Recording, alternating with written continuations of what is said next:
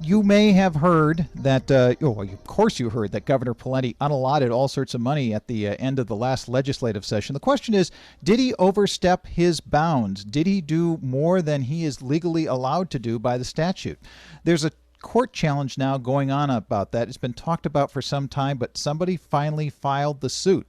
And joining me now is David Lillehaug. He didn't file the suit, but he's been talking with the folks who actually ended up filing it. And I wanted to bring him on today to discuss this case and how it might have an influence or might prevail or might not prevail. David, welcome to the program. Hey, Mike. Thanks so much. And thanks also to you and the Uptake for the extraordinary coverage you provided during the U.S. Senate recount and election contest trial. Oh, well, thank you. And, of course, for people, if you don't know, David was one of the main lawyers representing Al Franken in that recount. So thank you very much. Case of a lifetime. It certainly was. It was an interesting portion of my life, too. The Governor Pawlenty here, decided at the end of the legislative session that since he couldn't reach an agreement with the legislature, he vetoed a balanced budget, and then he decided to unallot money to bring it back in balance. The question is, does the law allow that? What's your read on this situation?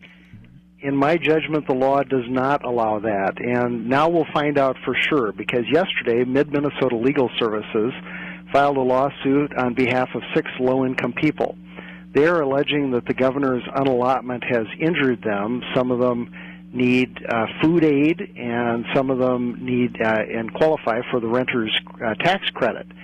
And the lawsuit by Mid-Minnesota Legal Services alleges that the governor violated the unallotment statute in the way that he did it, and second, that what he did violates the separation of powers requirements of the Minnesota Constitution.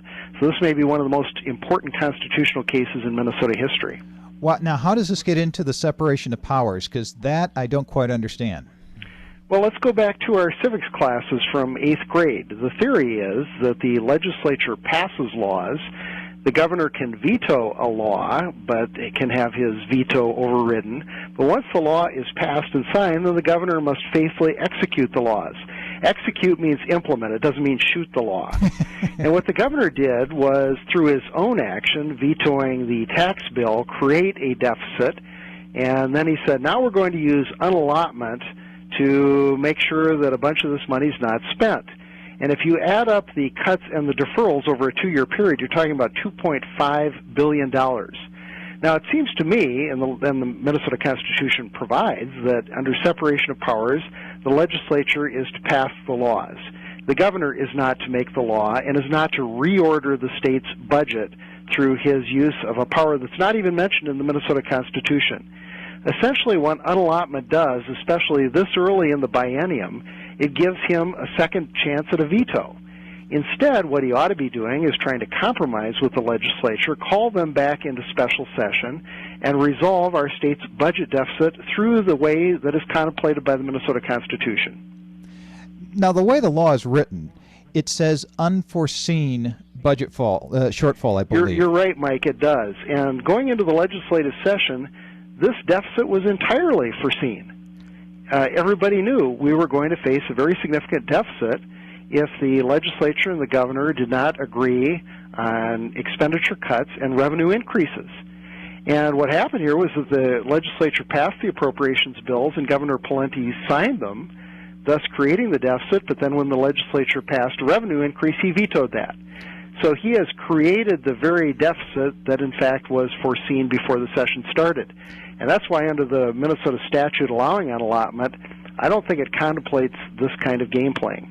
So what you're saying is the governor it's illogical to argue that the governor did not foresee the consequences of his own action, which then he had to... He not only foresaw it, he created it. Yeah. He created it. Now, there have been unallotments before. There were 4 before this latest one, but what they were is they were much smaller, and they occurred late in the biennium. After the legislature had met, then there was an unforeseen drop in revenues, and if the unallotment hadn't occurred, then we would have had an unbalanced budget. And we're required under the Minnesota Constitution at the end of the biennium to have a balanced budget.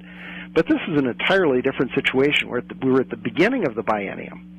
And the governor created this deficit that otherwise was completely foreseen, and then claimed that he had the right to go ahead and essentially restructure the Minnesota budget. Now, can you imagine if we had a DFL governor and a Republican legislature, and a DFL governor had done the same thing, but instead of unallotting money for cities and poor people and mentally ill and chemically dependent people, a DFL governor had unallotted all business tax breaks? Can you imagine the squawking that would occur? And then it depends whose ox is being gored. This is not really a partisan issue. This is a matter of good government, of how our government is constructed, and it's a system of checks and balances. It's not a system that gives the governor unilateral power to decide what amount is going to be spent and for whom. I want to know, how likely is a case like this to prevail, and if it does prevail, what's the remedy and what's the likely consequences? Well, on the likelihood, there are cases going both ways. There is a Minnesota case involving an Iron Range Minerals Fund from a few years ago, started by Representative Tom Rukavina, and he lost in the Minnesota Court of Appeals, and there's a very short and frankly unenlightening opinion on constitutionality of the unallotment statute.